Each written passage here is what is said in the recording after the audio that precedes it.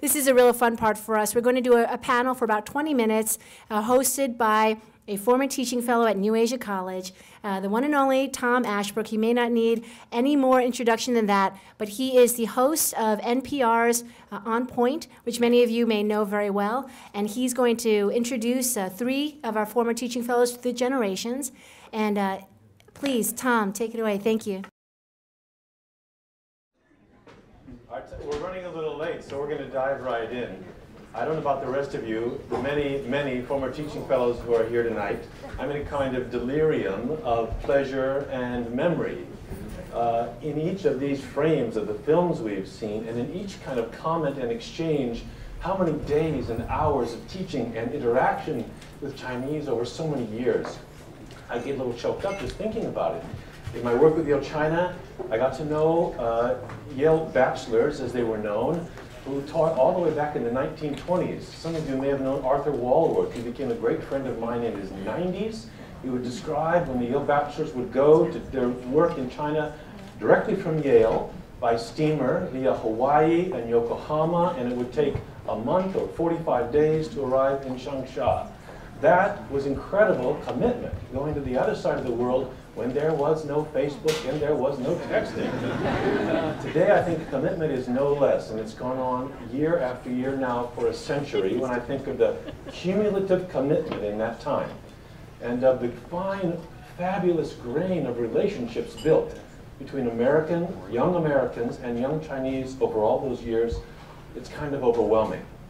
Now, my Putonghua is lousy, but because I was in Hong Kong in the 1970s.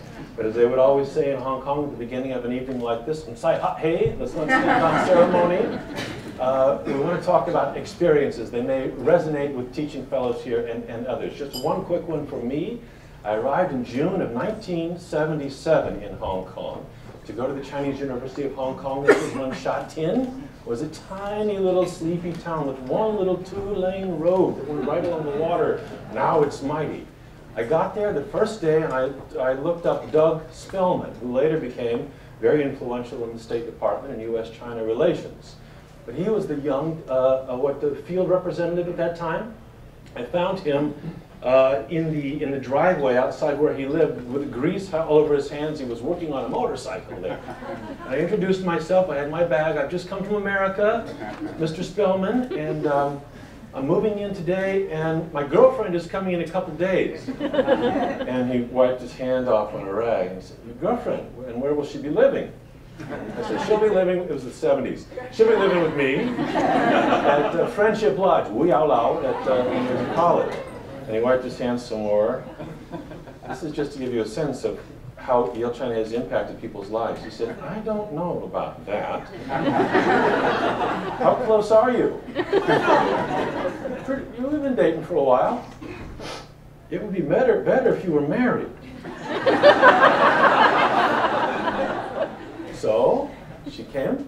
We went to Dai Wu Tong, City Hall. We stood in line with all the people in their red dresses, and she signed in. They had her sign in as spinster in the and we were married in Hong Kong City Hall. We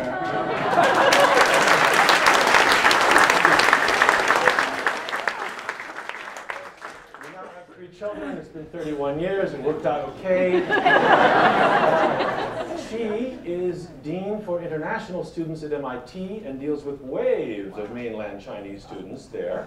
I've spent my life in journalism, many of those years in Asia, and among many other things, took the first American radio talk show to be broadcast live from China, from Shanghai to the States. These kind of stories can be multiplied by 105, or whatever the number is here tonight, and we're going to dive into some of those right now. Let me introduce my fellow former teachers here tonight. To my left, Drake Pike. He's managing director of Goldman Sachs based in Hong Kong. He was a teaching fellow at New Asia College from 1974 to 1976, a legend in my time. He was on the Yale-China Board of Trustees.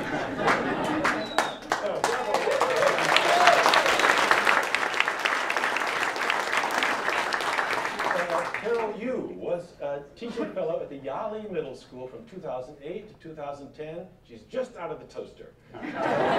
She's now teaching 6th grade English in Washington, D.C. Welcome, Carol.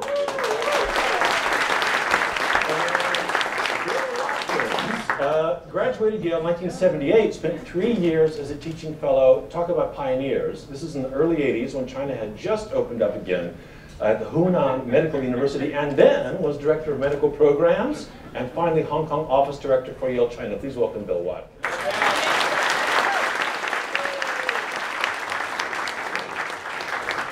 Greg, I'm sorry, but you're the old man of our panel. Take us back to those ancient days, 2 years before I was there. Give us a memory. Give us something that has stuck with you, Drake. Well, well, first of all, I think I would like to start off, since we've done everything here in English, I just want to say to our friends that come from China, yes, please. 乡亚的朋友们，很高兴你们来到我们那个纽约。我只要说一句话：有朋自远方来，不亦乐乎。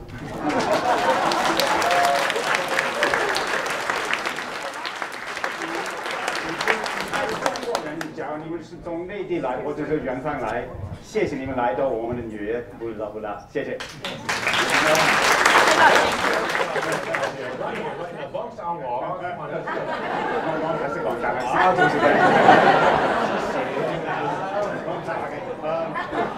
I don't know, memories at my age are kind of hard to come by, but I think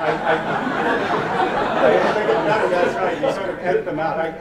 But I do want to say a couple of things. First of all, I have a secret list of the Yale-China bachelors, as we used to be called in my generation, now the Yale-China Fellows, and I left it somewhere, but I did have a chance to tick off all of those that are here that are even older than I am. And they are ticked off. They are.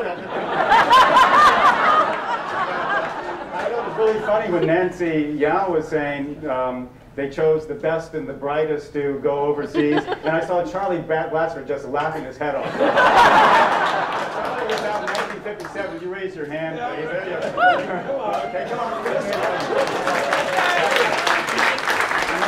The oldest one of the bunch. Now, where's Bill Reeves? I just met Bill. Bill, where are you? Raise your. There he is, over there.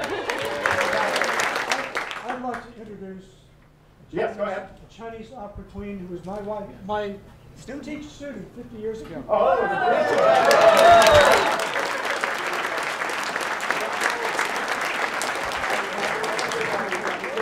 we've got, where's Peter Cook, was also back in 57. Peter, there you are. Yeah.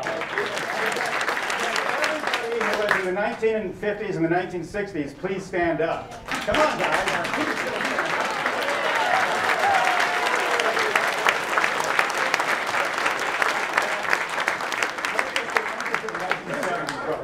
I'm not going to go to the 1980s, too many of you, because by that time it started to expand, right? 1970s, come on, stand up, okay? 1970s. You know, Ken Kincaid told me not to tell it, so I've got to tell it. One of the fellow teachers who was out at New Asia with me in 1974, we lived in the Boundary Street flat. And we were the last teachers to move from the Boundary Street flat up to GB. So we were the first ones in GB, the last ones in Boundary Street. And in the Boundary Street flat, it was very, very, it was very hot all the time. We had the fan going, and we had the air conditioner going, and the air conditioner was a terrible air conditioner. So 3 of us would all sleep in one room. The 4th lived somewhere else. We had a bed, and then Ken slept on the floor. We had another bed like that. We'd close the door, the air conditioner would run, then the compressor would turn off, it'd get extremely hot. It would turn on and turn off, and you'd get delirious and all that. I would sleep like this with my head on my arm, and my arm one time went numb, and it fell down on my chest, and I thought it was a rat. I threw it away, and it came back. I threw it away, and it came back. I sat up, I'm going, hey, hey, hey, and then Ken was on the ground. Ken, where are you? Stand up, come on, man, stand up. He was sitting there, he was like, all of a sudden he got up like this, and I'm going, hey, hey, hey. My hands, and he swings up, he's batting my hands, going, hey, hey, hey. And the 3rd guy, Tom Doyle, woke up, he didn't know what the heck was going on. So it looked like we were having a fight, but we eventually got rid of that rat, and I've become very good friends with him.